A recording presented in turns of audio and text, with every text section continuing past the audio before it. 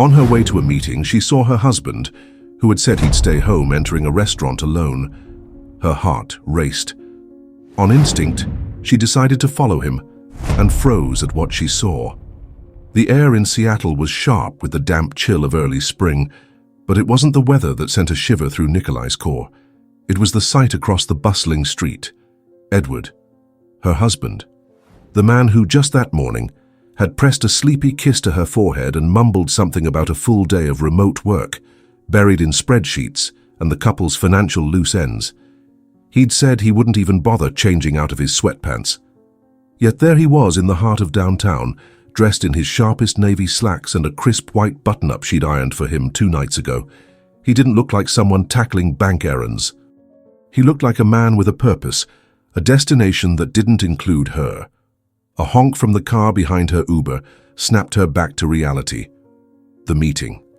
She had a critical meeting in less than 20 minutes, a pitch that could secure the next quarter for the boutique hotel she managed with meticulous care.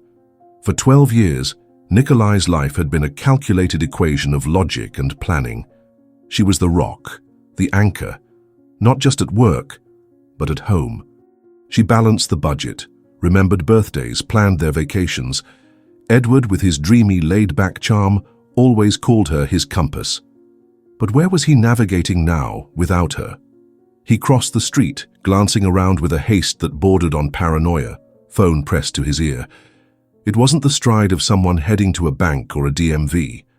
It was the walk of someone late for something clandestine. The word slithered into her mind, unbidden and toxic, like a weed sprouting in her carefully tended garden. A sharp pain stabbed at her temple, the familiar warning of a migraine that always struck in moments of extreme stress. "Ma'am, traffic's moving. What's the building number?" the driver asked, his tone patient in a way she couldn't muster. Nikolai glanced at the driver, a stranger, then back at her husband, who was now turning a corner, vanishing from sight. The meeting, the pitch. Her professional reputation. They weighed heavily on one side of the scale. On the other, a single, devastating question. Why? Why would Edward lie about something so mundane?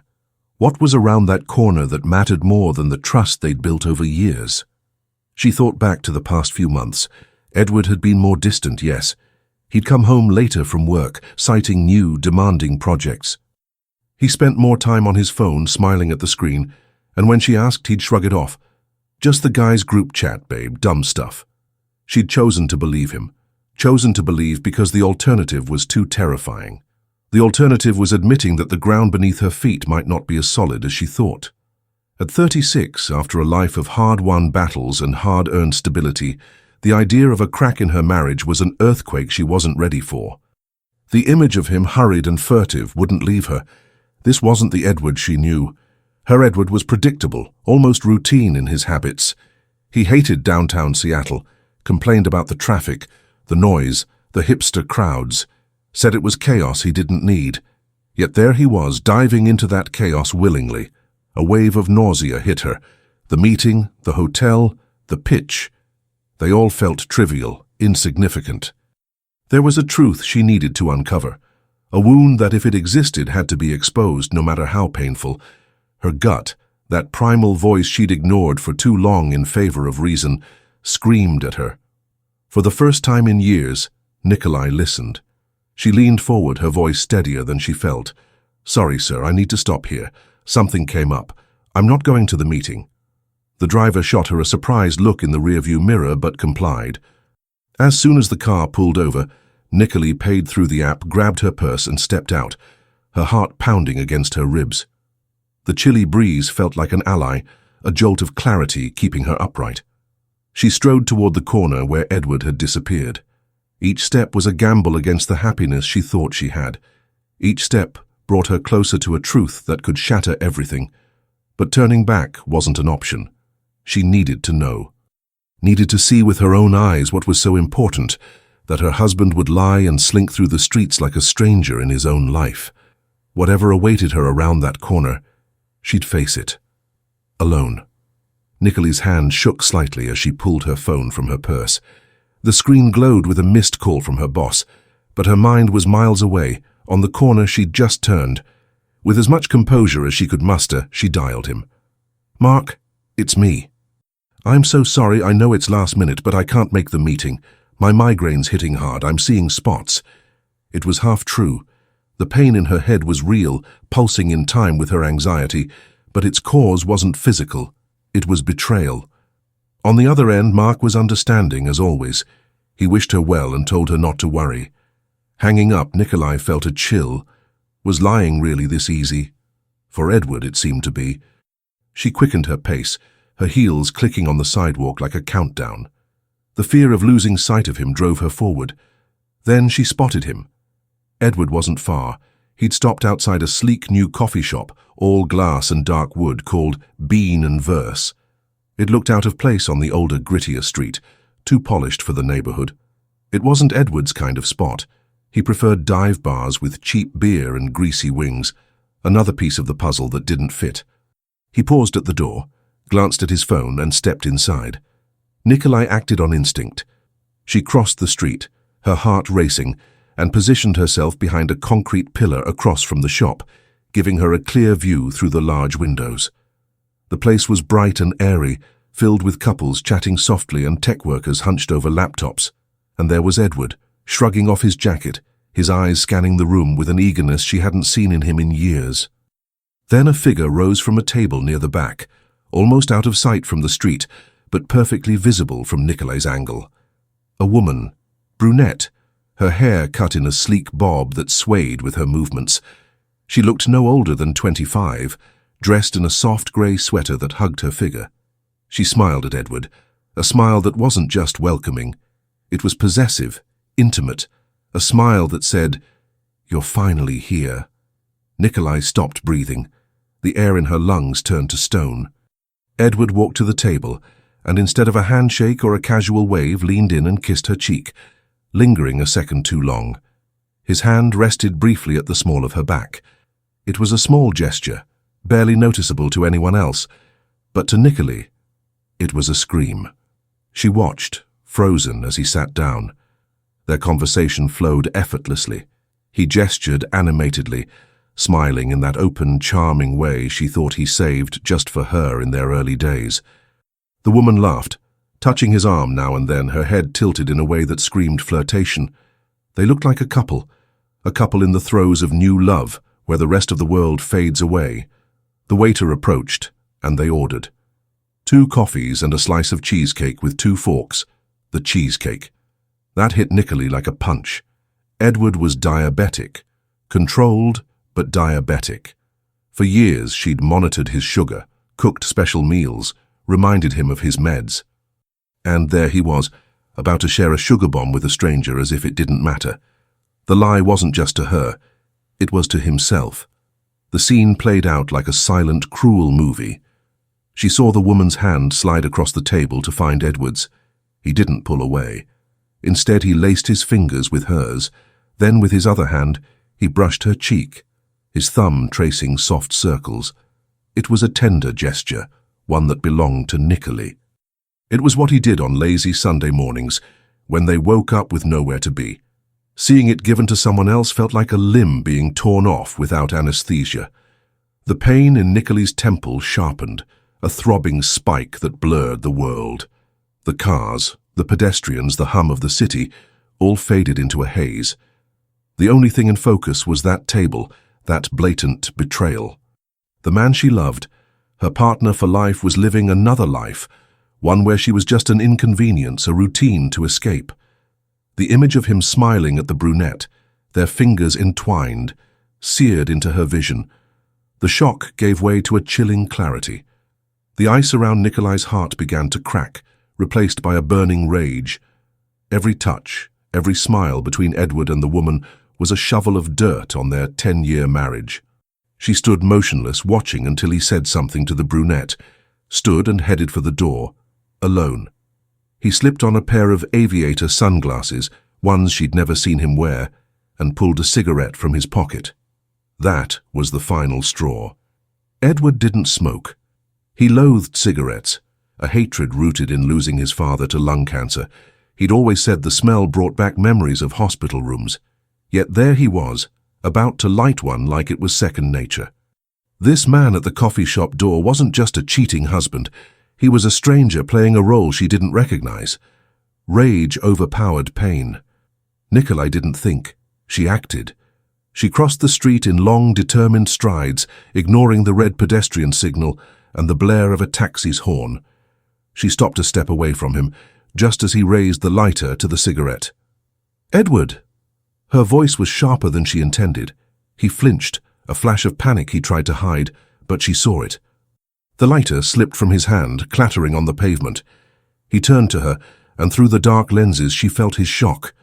But what came next was so brazen, so surreal, it stole her breath. He stared for a second, then his posture shifted. His shoulders relaxed, his head tilted slightly, and a polite, almost patronizing smile curved his lips. Even his voice was different, deeper, with a slight drawl. "Sorry, Mom. I think you've got the wrong guy." Nikolai blinked, stunned. The denial was so absurd, so blatant, that for a moment she questioned her own sanity. It was him. The same height, the same jawline, the same faint mole above his upper lip, the clothes. But the performance was that of a stranger. Before she could respond, the coffee shop door opened and the brunette appeared, sidling up to him with practiced ease. She looped her arm through his, a protective, possessive gesture. "Everything okay, babe?" she asked, glancing at Nikolai with feigned concern.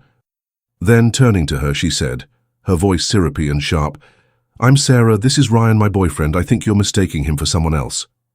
Nikolai opened her mouth to protest, to scream that this was her husband, but Sarah kept going, her monologue absurdly polished. "It's happened before, you know, it's wild.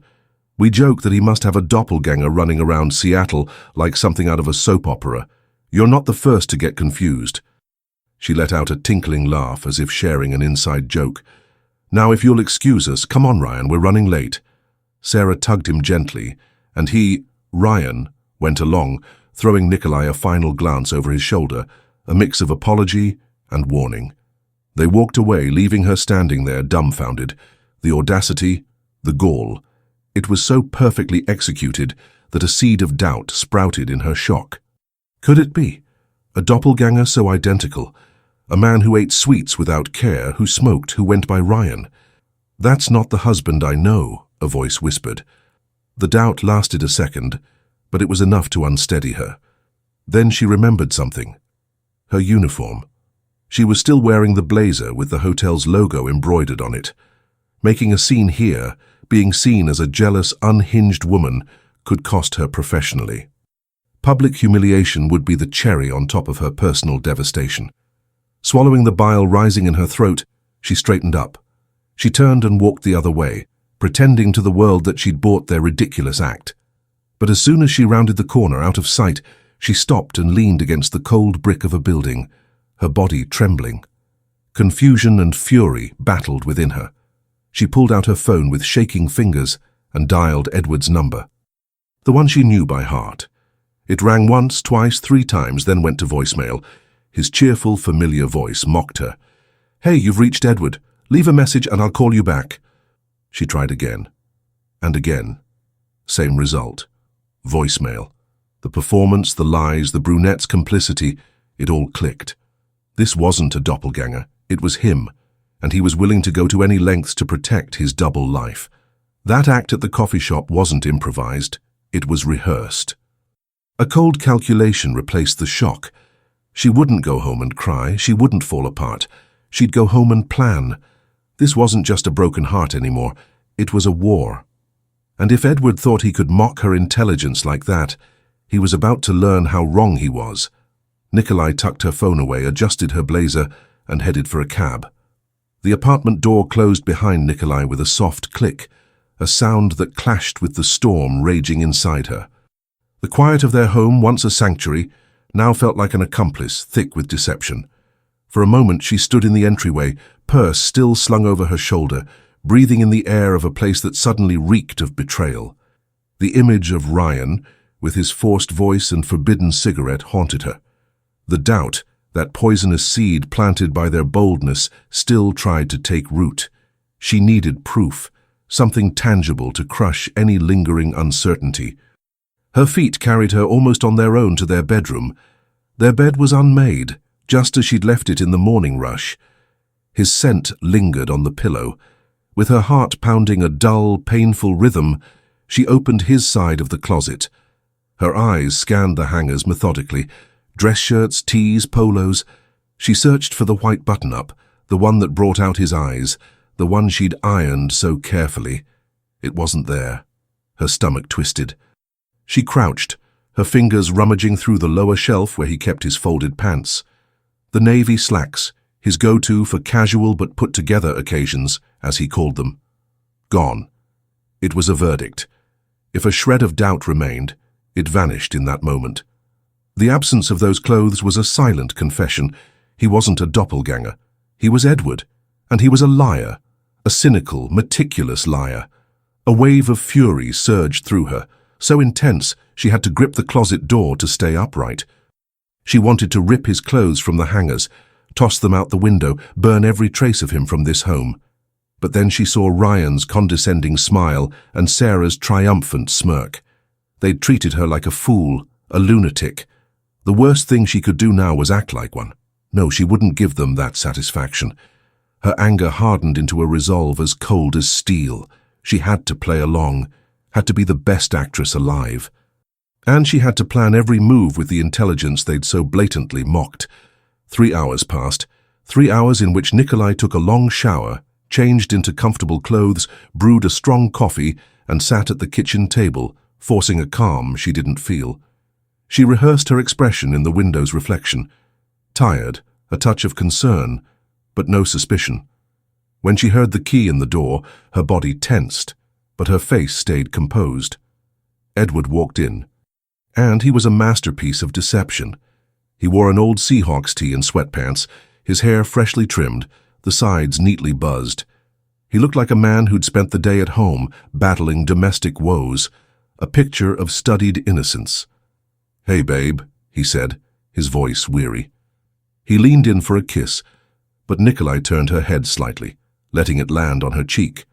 "New haircut?" she asked, her tone casual. "Yeah, Mike recommended a guy who does house calls." "Internet was down all day, so I figured I'd kill some time," he said, launching into his rehearsed excuse. "God, what a day. The Wi-Fi crapped out right after you left. Spent hours on the phone with the provider, total nightmare. Ended up heading to Mike's place, you know, the neighbor. Used his internet to get some work done, spent the whole afternoon at his kitchen table, poor guy." He opened the fridge, grabbed a water bottle, his movements dripping with practiced ease. "I tried calling you," Nikolai said, watching his every move. "I know I saw the missed calls when I turned my phone back on. Battery died, and in the rush to Mike's, I forgot my charger. Total mess, but I put in a ticket with the internet company. They're sending a tech tomorrow." He turned to her, waiting for a reaction, maybe some sympathy, and Nikolai gave it to him. She took a deep breath, summoned all her strength, and offered a small, tired smile. "It's fine, hun. Stuff happens." She paused as if recalling something trivial. "Oh, speaking of weird stuff, you won't believe this. On my way to the meeting, I had to cancel. I saw a guy downtown. Swear to God, Edward, he looked just like you. Freaked me out." She watched him closely. A muscle in his jaw twitched almost imperceptibly, but he held it together. "No way, that's wild," he said, forcing a chuckle. "They say everyone's got a double out there." "Yeah, probably just my imagination." She stood, took her mug to the sink. "I'm going to catch up on some work on my laptop. I'll use my phone's hotspot till the internet's fixed tomorrow." She walked away, leaving him in the kitchen. Every word had been a monumental effort, every smile a lie that weighed on her soul. But as she sat at her desk and powered on her laptop, she didn't just feel the weight of the charade. She felt power. He thought he'd fooled her. He thought he was in control. He had no idea the game had just flipped. And the player he'd underestimated was about to make her first move. Night settled over the apartment like a heavy blanket. Edward, exhausted from his battle with the internet and his performance as a devoted husband, fell asleep quickly, his soft snores steady and rhythmic. To Nikolai, the sound, once comforting, now felt like the purr of a smug predator. The house was quiet. but her mind was a whirlwind of action. It was time to move. On tiptoe, she grabbed his car keys from the entryway table. Her heart pounded, not from fear but from focused adrenaline. Before leaving, she made a hushed video call to her friend Claire, a seasoned divorce attorney who'd seen it all. "You sure about this, Nick?" Claire asked, her voice thick with concern over the phone. "I've never been surer of anything, Claire. He mocked me. I need proof, need to know how deep this goes before I make my next move." Claire sighed. "All right." The tracker's small magnetic. Find a clean metal surface under the car near a wheel but closer to the center, away from the exhaust. Wipe the spot with the cloth that came with it and stick it on. It'll hold. The app's already on your phone. Just activate it. Following Claire's instructions, Nikolai crept down to the dark, silent garage of their building. Every shadow felt like a threat. Every distant noise made her hold her breath. Kneeling on the cold concrete, she found the perfect spot under Edward's car. The metallic click of the tracker snapping onto the chassis was the most satisfying sound she'd heard all day. It was the sound of control returning to her hands. Back in the apartment, the second part of her plan, she picked up Edward's phone from the nightstand where it was charging. His hands rested loosely on his chest, his breathing deep. For a moment, she watched him sleep. The face she'd loved for decades, now a mask. With a coldness that surprised her, she unlocked his phone, the passcode, her birthday, how ironic, and opened WhatsApp. On her laptop, she pulled up WhatsApp Web. The QR code appeared. She scanned it with his phone, and within seconds a mirror of his conversations, his secret life, bloomed on her screen. She archived his chat with Sarah on his phone to keep it off the main list and placed it back on the charger, exactly as it was. Before she let herself rest, something pulled her back to the closet.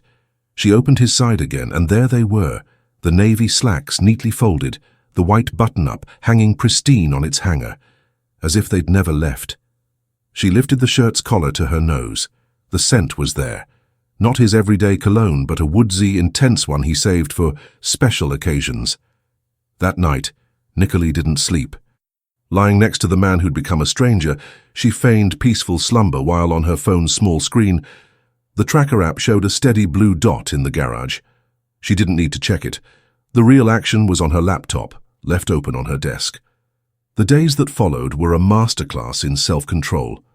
Nikolai lived two lives. By day, she was the normal wife, listening to Edward's complaints about work, cooking dinner, asking about his day. By night, when he slept, she became a silent investigator. The cloned WhatsApp was a window into the rot. The chats between Ryan and Sarah were straight out of a cheap rom-com. Sickly sweet nicknames like my bear and my sweetie, heart and kiss emojis he never used with her, and the plans. She scrolled back, finding the setup for the coffee shop meeting, the twin brother ruse planned in case things went south. Her intelligence hadn't just been mocked, it had been insulted. Recent messages showed his fear. Ryan was rattled. "I think she's onto something, babe. Said she saw a guy who looked like me downtown. We need to lay low, let it blow over," he wrote. Sarah's reply was impatient, brimming with arrogant confidence.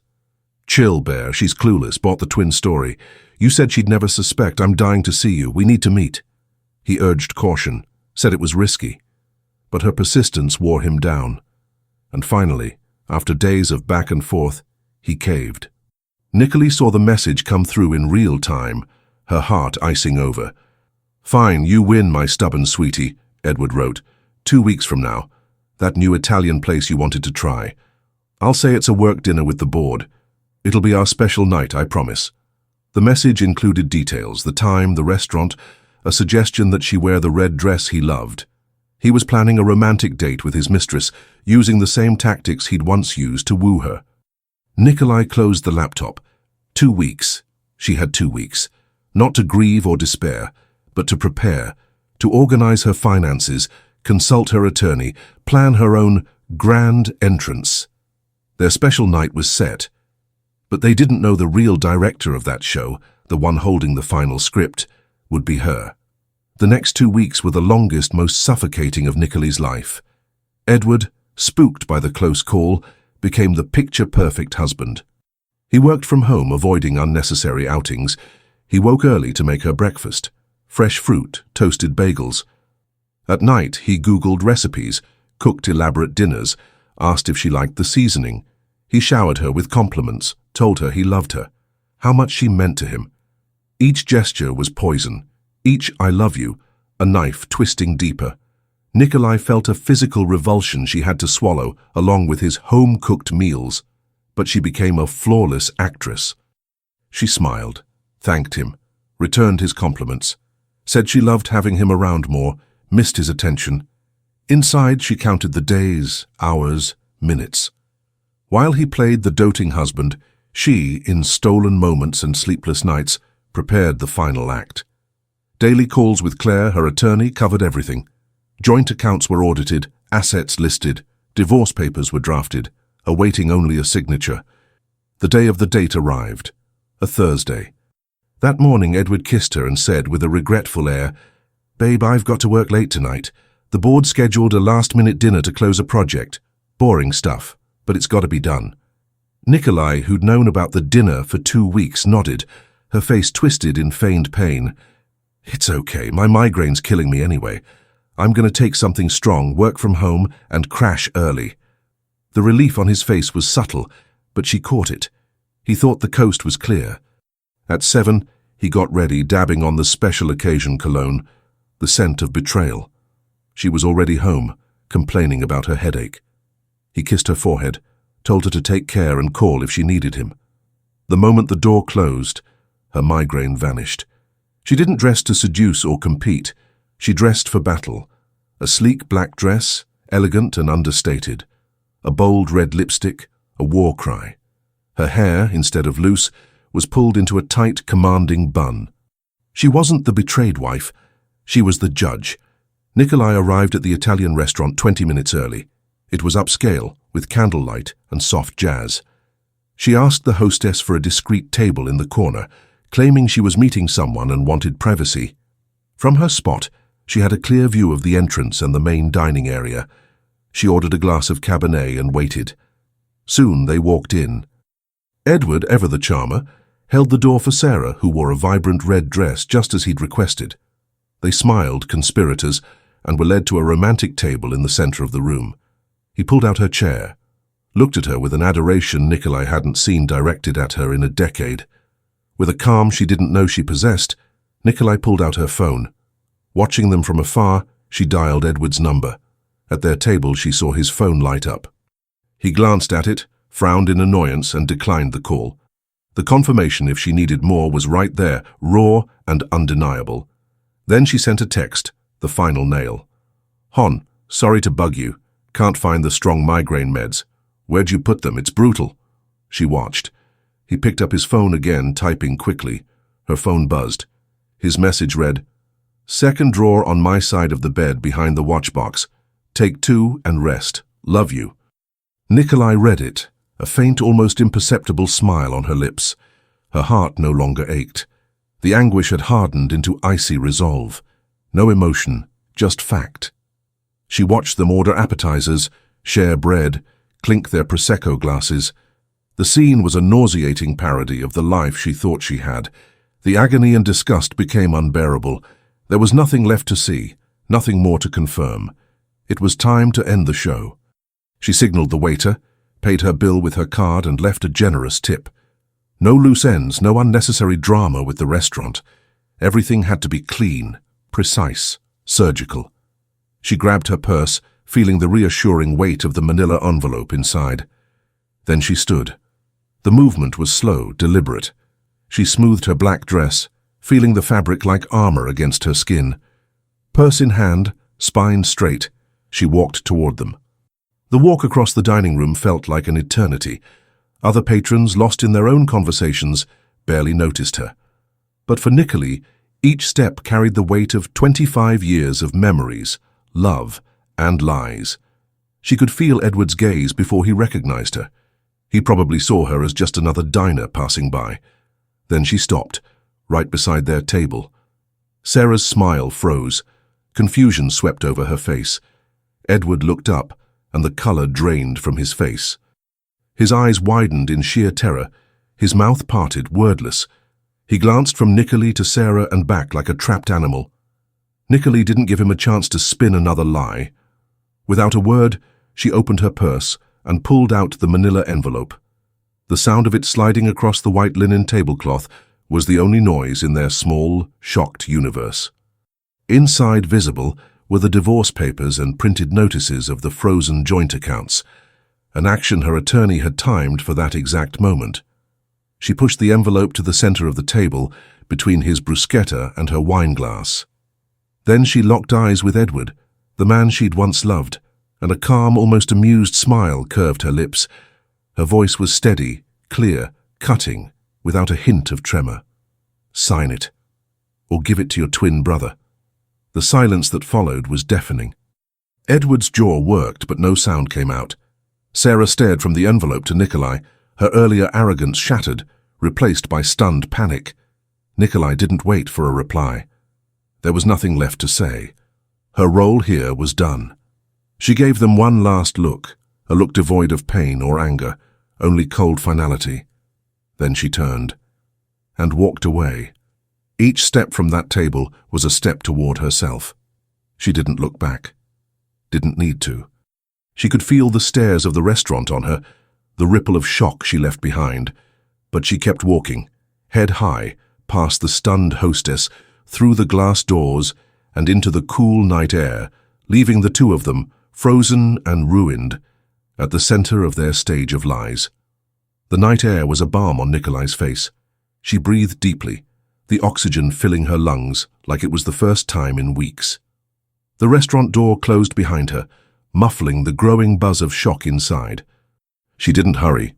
She walked with a dignified calm, each movement a testament to her newfound freedom. She was halfway down the block when she heard what she'd expected, the door swinging open violently, frantic footsteps chasing her. "Nicolai! Wait! Nicolai!" Edward's voice was a desperate wail, cracked with panic. He caught up and grabbed her arm, his grip that of a drowning man. "Nicolai, please, listen to me," he begged, his face twisted in fear. This wasn't the suave Ryan or the calculated husband. It was just Edward, stripped of his lies, pathetic in his exposure. "I can explain, I swear. I'm going through a rough patch, a midlife thing, I don't know. I was going to tell you everything. I just needed time." The excuses, the same tired cliches millions of men like him had used before. Nicolai stopped, not because his touch held her, but by her own choice. She turned slowly to face him, her expression unreadable. With a firm, deliberate motion, she freed her arm. Then she looked into his eyes now brimming with crocodile tears, with selfish fear of losing his comfortable life. She saw no remorse for what he'd done to her, only terror at the consequences for himself. Her voice, when she spoke, wasn't loud, but it carried the weight of a final judgment. "You didn't just lie to me, Edward." She paused, letting the words hang in the cold air between them. "You mocked my intelligence." She saw him flinch, the truth hitting harder than any shout or accusation. "Now," she finished, with a coldness that closed any door to reconciliation, "deal with the consequences." Without another word, without a backward glance, Nicolai turned and kept walking. He called her name again, the sound echoing hollowly in the street. But she didn't stop, didn't look back. Each step took her further from the wreckage he'd created and closer to the future she'd built herself. He was left behind, a pathetic figure on the sidewalk, alone with the ruins of the two lives he'd destroyed. When Nicolai reached their apartment, she turned the key and pushed open the door. The silence wasn't heavy or complicit anymore. It was a blank canvas, waiting to be filled. The moment the door closed, something inside her broke. The weight she'd carried for weeks, the suspicion, the certainty, the suppressed rage, the calculated performance, collapsed. Her legs gave out and she slid down the door to the floor, and then she cried. Not the tears of a victim, but of a warrior after battle. Tears of exhaustion, relief, and grief. She cried for the woman she'd been, the one who believed in promises and happy endings. No one marries expecting to divorce. No one gives their heart, their days, their dreams, expecting the bitter taste of betrayal in return. Flashes of her past with Edward came unbidden. Their first date, his shy smile, the way he held her hand, his clumsy, heartfelt proposal in a park, the joy of buying their first apartment, the struggles they faced together, the victories they celebrated. How had that man, her partner for life, become a cynical stranger? The question lingered, but she knew there'd be no satisfying answer. Some people just lose themselves, and in doing so, try to drag others into their abyss. There, on the cold floor, clutching her knees, the tears stopped. A deep, overwhelming exhaustion settled in. She stood, walked to the bedroom, and for the first time in 10 years, lay alone in their king-sized bed. The empty space beside her wasn't frightening. It was peace. And in that peace, she fell asleep. The next morning, Nikolai woke to sunlight streaming into the room. She felt lighter. The pain was still there, a wound that would take time to heal, but it wasn't an anchor anymore, just a memory. She got up, brewed a strong coffee, and sat at the kitchen table. She picked up her phone and made the first call to Claire. "Good morning, Claire. It's me. Go ahead and file everything. Let's make it official." Her voice was firm, resolute, no hesitation. In that moment, Nikolai understood a truth society often buries. The end of a relationship isn't a failure. Sometimes the real failure is staying in a story that no longer serves you, where you're no longer loved, respected, or valued. Courage isn't enduring pain in silence. It's recognizing you deserve more, so much more. She didn't need someone hiding behind cheap lies and special occasion cologne. She didn't need a love that demanded she dim her intelligence or ignore her instincts. The blame wasn't hers. It never is for those who love, who trust, who build. The responsibility lies with those who destroy. Now, it was Nikolai for Nikoli, and for the first time in a long time, that didn't feel lonely. It felt whole. It felt enough, and that was everything. Nikoli's story ends here, but her journey of courage is just beginning. How many times, out of fear of loneliness or the weight of memories, do we shrink ourselves to fit stories that no longer fit us? Nikoli's lesson isn't about revenge, but about the power of reclaiming yourself. It's about looking in the mirror and declaring that your peace and intelligence are non-negotiable. If her journey of rediscovery moved you and you believe in the strength of starting over, share this story with a friend who might need a reminder of their own worth. And most importantly, keep following for more stories crafted to touch your soul and inspire your life. Now we want to hear from you. What did you think of Nikoli's courage and resolve? Thank you for reading, and always remember, the most important love is the one you choose every day for yourself. Until the next story.